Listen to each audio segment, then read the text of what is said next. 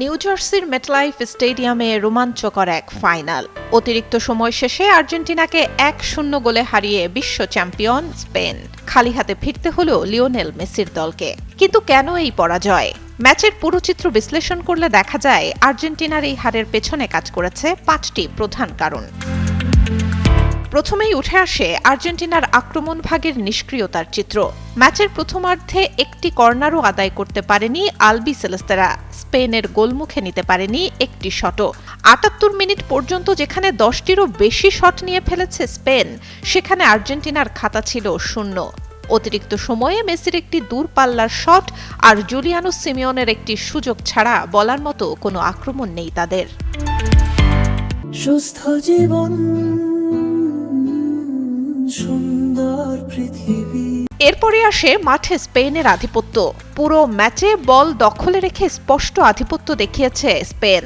মাঝমাঠে Rodri পেদ্রিদের নিয়ন্ত্রণ আর Lamine Yamal, Nicco উইলিয়ামসদের গতিতে রীতিমতো দমবন্ধ হয়ে পড়েছিল স্কালোনির শিষ্যরা। বল পায়ে তো দূরের কথা, কাউন্টার অ্যাটাক করার শক্তিও যেন হারিয়ে ফেলেছিল মেসি বাহিনী। তৃতীয়ত, এনজো ফার্নান্দেজের লাল কার্ডে মহা বিপর্যয়ে পড়ে দলটি। যোগ করা সময়ের 3য় মিনিটে পাও কুবার্সিকে ফাউল করে লাল কার্ড দেখে মাঠ ছাড়েন এনজো। 10 জনের দলে পরিণত হওয়া আর্জেন্টিনার জন্য তখন অতিরিক্ত 30 মিনিট টিকে থাকাই ছিল হিমালয় সম চ্যালেঞ্জ।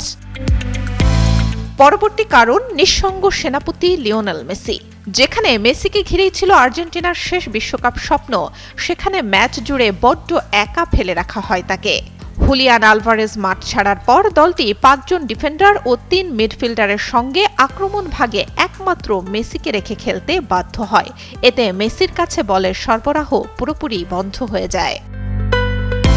সর্বশেষ আসে রক্ষণ ভাগের ভুল। অতিরিক্ত সময়ের ঠিক শুরুতেই পেরোর ক্রস আর নিকো উইলিয়ামসের হেড থেকে বল পেয়ে জাল কাপান টরেস। রক্ষণের ওই এক মুহূর্তের অসতর্কতাই লিখে দেয় আলবিসেলেস্তেদের ভাগ্য। এমি মার্টিনেজ দেয়াল হয়ে আর্জেন্টিনাকে ম্যাচে টিকিয়ে রেখেছিল ঠিকই, কিন্তু স্পেনের নিখুঁত খেলার সামনে 10 জনের দল নিয়ে আত্মসমর্পণই করতে হলো আর্জেন্টিনাকে। সব রোমাঞ্চ আর নাটকীয়তার শেষে 16 বছর পর আবারও বিশ্ব চ্যাম্পিয়ন হলো স্পেন। সুলতানা সুরমা, যুগান্তর স্পোর্টস।